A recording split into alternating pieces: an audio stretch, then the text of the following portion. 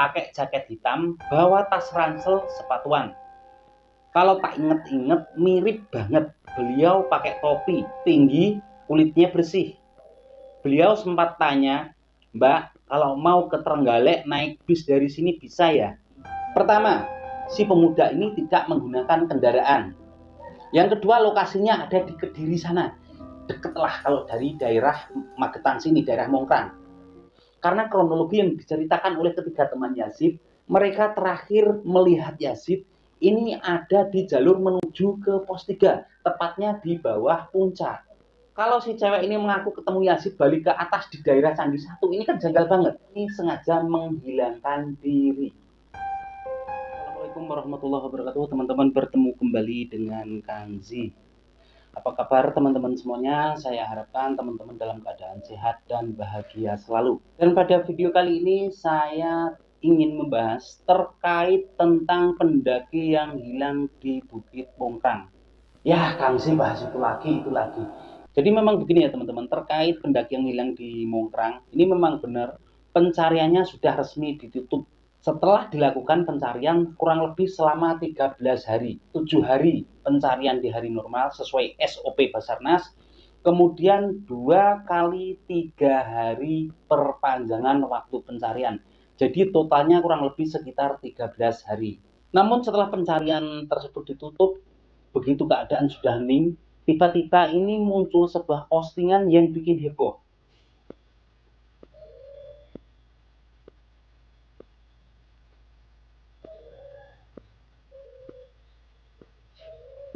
Info viral, kurang lebih seminggu yang lalu, ada yang mirip Yazid di Kediri, Jawa Timur. Menggunakan jaket hitam, membawa tas ransel sepatuan, pakai topi. Sempat bertanya ke arah Trenggalek. Dan di bagian bawah di sini tertulis baca caption oke. Semoga ini menjadi petunjuk. Petunjuk baru mulai bermunculan terkait hilangnya kontak dengan Yazid. Seorang pengguna media sosial memberikan kesaksian yang cukup spesifik mengenai pertemuan singkat di sebuah warung pinggir jalan. Netizen tersebut mengklaim melihat sosok mirip Yazid singgah membeli minuman botol dingin di tokonya sebelum melanjutkan perjalanan. Berikut kutipan komentarnya. "Kak, Mongkrang ini daerah mana ya? Aku Kediri, Jawa Timur. Kurang lebih 1 mingguan, mirip kakaknya di foto ini. Nggak tahu dia dari arah mana dan turun naik apa, beliau beli di tokoku. Beli minuman botol dingin, pakai jaket hitam, bawa tas ransel sepatuan. Kalau tak inget-inget mirip banget. Beliau pakai topi tinggi, kulitnya bersih. Beliau sempat tanya, 'Mbak, kalau mau ke Trenggalek naik bis dari sini bisa ya?' Aku jawab bisa. Tak lama bis besar jurusan Trenggalek datang dan beliaunya langsung naik. Di sini dikasih keterangan kebetulan tokoku pinggir jalan provinsi, jadi dilewati bis besar antar kota. Nah, kesaksian mengenai arah Trenggalek ini kini menjadi sorotan utama bagi pihak-pihak yang memantau pergerakannya. Entah ini hoax, namun saya rasa perlu untuk digali lebih dalam lagi. Gambaran kronologinya adalah begini. Sekitar seminggu yang lalu, si pemilik toko ini kan lagi buka warungnya. Kemudian ada sosok yang menggunakan jaket hitam, pakai topi, pakai ransel, sepatuan, yang setelah dia perhatikan, wajahnya ini mirip sama foto yang diposting sama Hilman ini. Saat itu si pemuda ini datang beli minuman dingin sambil bertanya ke arah Trenggalek, naik bus dari sini bisa ya Mbak? Kemudian mbak-mbak pemilik toko ini menjawab bisa. Karena memang kebetulan toko dia ini berada di pinggir jalan raya provinsi. Sampai akhirnya mbak-mbak ini setelah melihat postingan Hilman di TikTok sana, kemudian mbaknya ini berkomentar seperti ini tadi. Kalau menurut teman-teman kira-kira masuk akal nggak sih seandainya sosok yang dilihat oleh mbaknya ini tadi benar Yazid? Kalau menurut saya pribadi entah benar atau tidak, yang pasti hal seperti ini bisa menjadi petunjuk baru ya teman-teman. Terlebih jika kita amati, pertama, si pemuda ini tidak menggunakan kendaraan. Yang kedua, lokasinya ada di Kediri sana. Kejadian ini terjadi di Kediri, dekatlah kalau dari daerah Magetan sini, daerah Mongkrang. Karena patokan kita terakhir dinyatakan hilang ini dari daerah Mongkrang, yang lebih dekat atau berbatasan dengan Kabupaten Magetan. Seandainya memang si Yazid ini sengaja menghilangkan diri dari Mongkrang, otomatis kabupaten yang paling dekat untuk dia menuju ke Kediri ini lewat Magetan. Entah benar atau enggak, yang pasti petunjuk seperti ini bisa menjadi acuan untuk orang-orang yang berwenang ini dalam mengusut kasus ini. Seandainya ini benar, sungguh cukup memalukan. Karena apa? Ratusan relawan bahkan sampai Basarnas yang sudah secara sukarela membantu melakukan pencarian di Bukit Mongkrang sana. Maka ini termasuk rank terbesar di Indonesia. Karena bukan hanya ratusan relawan yang terjun melakukan pencarian, tapi hampir semua warga Indonesia mengikuti kasus ini. Untuk keluarga, kami sudah berusaha semaksimal mungkin, Bapak. Mohon maaf kepada kami untuk tim SAR gabungan.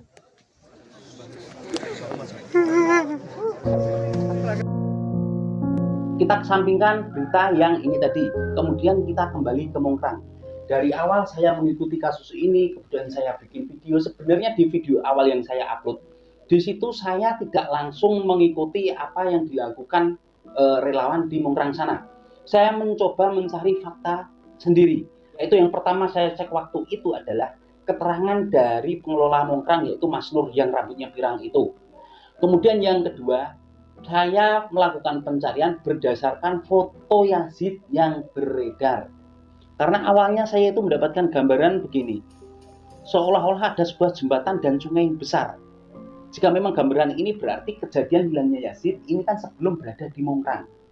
Karena itulah saya mencari informasi tentang pengakuan atau keterangan dari pengelola Mongkrang sendiri. Ternyata beliau ini menyampaikan bahwa saudara Yazid ini benar berada di Mongkrang. Karena begini ya teman-teman, saya takutnya cerita yang beredar, mereka berempat saat ke Mongkrang ini kan datangnya sampai di Mongkrang sana kan dini hari. Bisa saja toh orang Mongkrang ini sedang tidur atau sedang tidak ada yang jaga. Sehingga apakah mereka ini benar datang berempat atau hanya bertiga?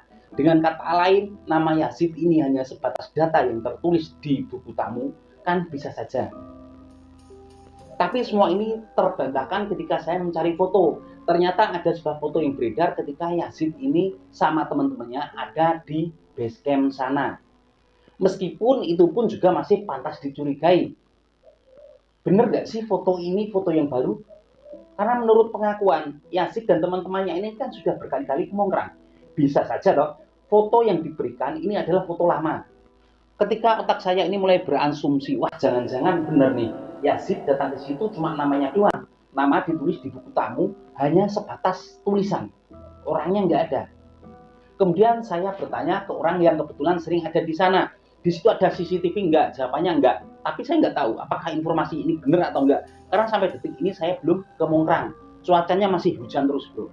Kemarin dan lusa itu saya mau berangkat ke sana tapi ternyata hujan. Kemarin sekitar jam 10 kita mau ke sana, ternyata jam 10 itu sampai sore, bahkan sampai habis maghrib loh, di sini hujan terus. Selanjutnya asumsi buruk saya ini terbantahkan ketika ada salah satu pengakuan dari seorang cewek yang katanya sempat bertemu sama Yazid di daerah Candi 1. Kalau nggak salah itu ya.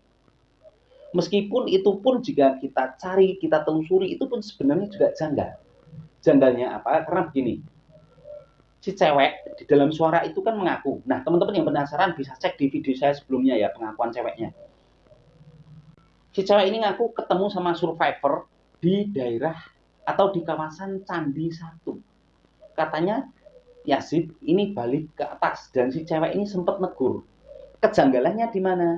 Kejanggalannya adalah pengakuan dari teman-temannya, dari ketiga rekannya.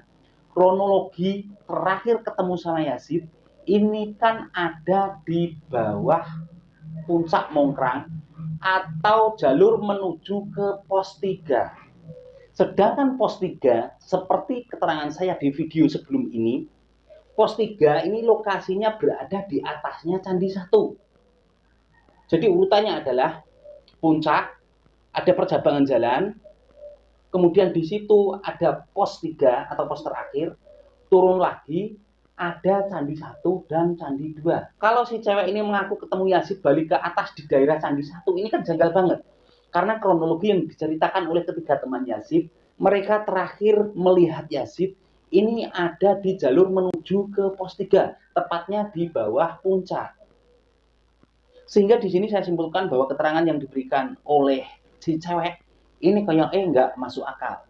Terlebih si cewek ini begitu saya ikuti kayaknya dia enggan untuk datang ke Mongkrang memberikan klarifikasi atau setidaknya membantu pencarian. Kemudian kesaksian dari ketiga teman Yazid ini juga ada yang janggal. Janggalnya apa? Di laporan pertama ke Mongkrang katanya kan ditunggu di base camp nggak turun-turun. Tapi ada cerita setelah kalau tidak salah 3 hari pencarian, ada lagi cerita katanya Yazid ini sempat turun ke base camp. Kita gambarin aja gini lah. Seandainya memang benar Yazid ini sempat turun ke base camp, ngapain dia turunnya ini? Apakah dia cuma sekedar istirahat atau mengambil barang-barang dia yang ada di bawah untuk dibawa ke atas? Ini pun juga patut kita curigai kan? Karena yang namanya orang, contoh nih, tengah malam dia berangkat ke Mongkrang, sampai Mongkrang dini hari. Nggak mungkin dari rumah dia ini sudah pakai outfit olahraga, seperti pada foto, di mana menggunakan sepatu, celana pendek olahraga, dan kaos oblong warna hitam. Kan nggak mungkin. Saya yakin Yazid ke Mongkrang ini juga membawa peralatan yang lain. Ditambah lagi, mereka ke Mongkrang ini menggunakan mobil miliknya Salman. Ini menurut pengakuan orang tuanya atau bapaknya Yazid. Nah, tujuan Yazid turun yang katanya udah sempat turun ke base camp, dia ini ke situ ngambil barang-barangnya atau enggak? Kalau enggak, otomatis semua barangnya masih ada di mobil. Ini memperkuat hilangnya Yazid di Mongkrang. Tapi kalau Yazid turunnya ini untuk mengambil barang-barangnya dibawa ke atas, ini memperkuat bahwa Yazid ini sengaja menghilangkan diri. Banyak banget dari teman-teman ini meminta saya untuk coba datang ke Mongkrang mencari tahu tentang hal ini. Tapi ya kembali lagi, sebenarnya saya ada niatan ke Mongkrang ini setelah pencarian secara resminya ditutup. Kenapa saya menunggu itu? Karena agar keadaan di Mongkrang sana agak sepi ya teman-teman. Jikapun ada, paling pengelola berikut beberapa relawan yang saat ini melakukan pencarian secara mandiri. Jadi lebih enak. Hanya saja hampir setiap hari di daerah lereng Lawu timur sini hujan terus-menerus. Logikanya kalau di sini aja hujan, apalagi di Mongkrang sana. Terlebih banyak banget beredar video dari para relawan ketika melakukan pencarian hujan, kabut, dan badai. Ini selalu terjadi di Mongkrang sana. Jikapun saya nekat ke sana kan ya percuma. Mending saya mencari waktu yang benar-benar tepat. Karena kunci terungkapnya kasus ini, pertama saya ingin ngobrol dengan yang namanya Mas Nur, yaitu pengelola Mongkrang sana. Bener nggak sih Yazid ini datang ke sini atau cuma data namanya aja? Itu yang perlu saya tanyakan. Seandainya di sana ternyata ada CCTV, di situ kan bisa kita cek. Terakhir kali Yazid terlihat ini posisinya sedang melakukan aktivitas apa. Kemudian mungkin dari teman-teman menanyakan kenapa dari awal seolah-olah saya itu selalu mengarahkan ke hal mistis ketika saya mengangkat video tentang Yazid. Karena begini ya teman-teman. Setelah saya cermati, kemudian saya kembangkan, saya mencari referensi-referensi lain. Seharusnya di kasus hilangnya Yazid di Mongkrang sana, pihak kepolisian khususnya Polres Karanganyar ini kan seharusnya bisa mengambil langkah lain. Maksud saya begini, ketika para relawan dan Basarnas fokus melakukan pencarian ke Mongkrang, polisi ini kan bisa menggunakan wewenangnya untuk mencari jalur lain. Contohnya, mendatangi ketiga rekannya, atau bisa melakukan interogasi terhadap keluarga Yazid sendiri. Saya nggak tahu apakah ini sudah dilakukan secara diam-diam dan tidak dipublikasikan atau tidak dilakukan. Patokan saya adalah dari awal kepolisian ini justru ikut langsung terjun ke lokasi. Ini membuat saya berasumsi, oh berarti polisi sudah melakukan interogasi tersebut. Sehingga kesimpulannya adalah Yazid benar-benar hilang di Mongkrang. sehingga kepolisian juga ikut terjun ke Mongkrang. Itu adalah positif thinking saya terhadap kepolisian ya. Karena sebenarnya untuk mengusut kasus ini yang punya wewenang adalah kepolisian. Seperti contoh, menginterogasi ketiga temannya, kemudian mengecek semua bekas atau riwayat obrolan terakhir dengan si survivor Yazid ini. Semua ini kan yang punya wewenang kepolisian. Karena itulah sejak 5 hari pencarian yang melibatkan paranormal dan ternyata hasilnya nihil, saya langsung menyimpulkan arahnya ini lebih ke mistis. Ya patokan saya yaitu tadi, kepolisian saja yang punya wewenang ini terjun ke Mongkrang. Berarti semua yang saya katakan ini tadi kan sudah dilakukan oleh pihak kepolisian. Sehingga kepolisian ini menyimpulkan, oh ini murni kecelakaan. Yazid hilang di Mongkrang. Itu adalah alasan saya. Namun kita juga tidak menutup kemungkinan pembahasan yang ada di awal video tadi ini dijadikan petunjuk baru oleh kepolisian untuk mengembangkan kasus ini. Kemudian kalau menurut teman-teman bagaimana sih? Seperti apa untuk menyikapi kasus ini? Silahkan berkomentar, silahkan tuliskan unek-unek teman-teman ke kolom komentar. Saya Kang Si, terima kasih dan wassalamualaikum warahmatullahi wabarakatuh.